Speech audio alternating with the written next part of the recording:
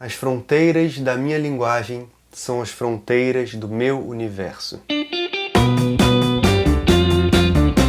Eu sou Vitor Nani, seja bem-vindo para mais um vídeo sobre arte e filosofia. Como prometido, estou aqui fazendo meu primeiro vídeo sobre cinema. E como o foco aqui do canal é a reflexão, será preciso analisar partes do filme. Ou seja, em algum momento eu vou deixar bem claro que vai ter spoiler. A Chegada é um filme inspirado no conto História de Sua Vida, de Teng Chan, e é a primeira ficção científica do já querido diretor Denis Villeneuve. O filme começa com uma fotografia e principalmente uma montagem que me lembrou muito a atmosfera dos filmes de Terrence Malick, usando elipses que fazem da narrativa algo que se assemelha muito a como funciona a nossa memória. As coisas vão e vêm sem uma linha contínua. Bem no início aparece uma criança, por exemplo, dizendo "eu te amo", e logo em seguida a mesma, já adolescente, dizendo "eu te odeio". O filme vai crescendo paulatinamente,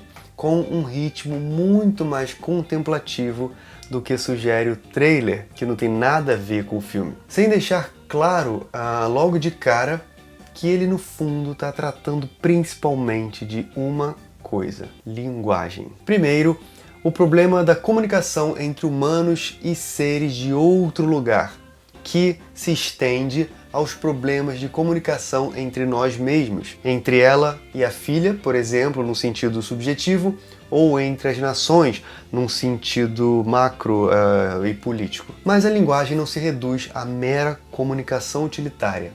No início do filme, a professora Louise inicia uma aula falando da nossa língua. O português nasce no reino da Galícia, onde a linguagem era uma expressão de arte. Mas a professora não consegue terminar sua explicação, porque os alunos não param de receber mensagem no celular sobre as notícias da chegada de um OVNI. Simbolicamente, a expressão profunda da linguagem, que exige de nós um grande esforço, é interrompida pela mera comunicação imediatista. E isso discorre durante todo o filme. A partir daqui, spoilers.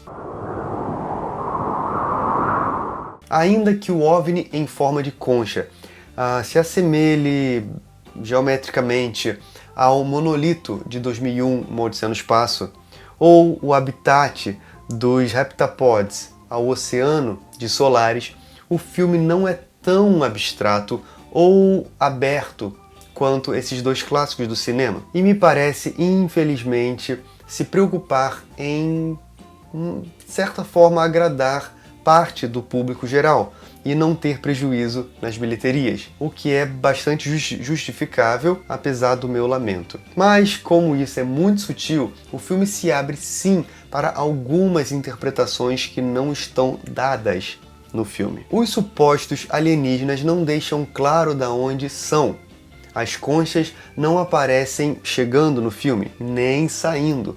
No fim do filme, elas se elevam e se confundem com as nuvens de forma etérea, o que pode sugerir que vieram de outro tempo e não necessariamente de outro planeta. Como disse um amigo meu, talvez eles se assemelhem ao Cthulhu, que não veio de fora. Queríamos criar uma linguagem que fosse esteticamente interessante, mas precisava ser estranho à nossa civilização, estranho a tudo que nossa mente conhece, disse o designer de produção Patrice Vermette, que por sinal se assemelham bastante à arte doida que eu fiz na minha parede.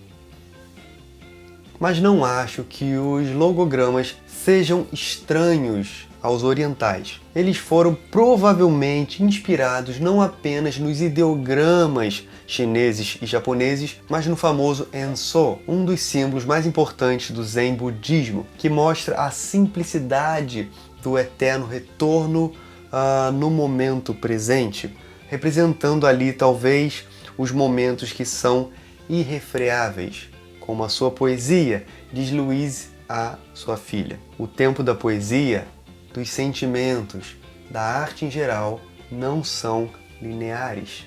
A natureza e a vida são cíclicas, como a montagem e o roteiro do filme. Não à toa o título só aparece no final, pouco depois de uma cena idêntica à primeira cena do filme. Uma prova dessa influência oriental é saber que os logogramas foram na verdade criados por Martine Bertrand, esposa de Patrice, da produção, que é artista plástica com enorme influência do Japão. Saca só essa obra que eu achei pesquisando. A equipe de produção criou um dicionário com 100 símbolos que, combinados em 12 partes, formavam palavras simples ou complexas, assim como os ideogramas. O kanji de ki representa árvore.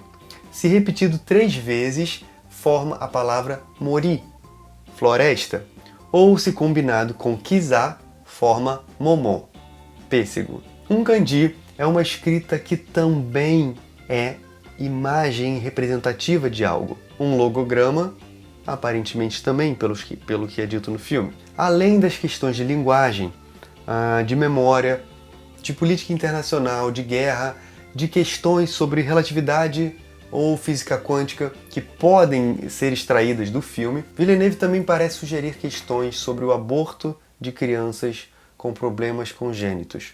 Talvez uma das dúvidas mais difíceis que um casal e principalmente algumas mulheres podem passar em suas vidas, que num eterno retorno pode ou não escolher sempre o mesmo, sempre os momentos ao lado da sua filha ao invés das suas consequências, como a morte da filha, no caso da filha da Louise no filme. A mulher, inclusive, está no centro da obra de Villeneuve.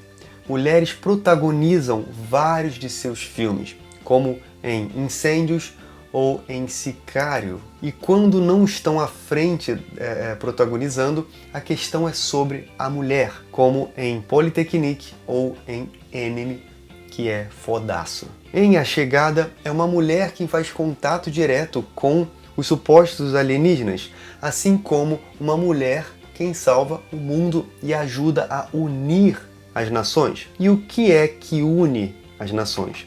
Talvez o amor entre a linguagem e a ciência, representada ali no brinco da doutora Louise, que sugere a sequência Fibonacci.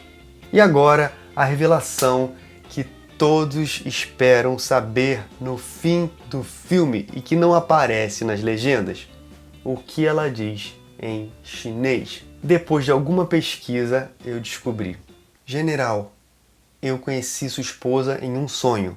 Ela disse que a guerra não faz heróis, apenas viúvas e órfãos. E assim, as nações se unem e salvamos o futuro, ou o passado, para que outros seres possam viver na mesma atmosfera que nós.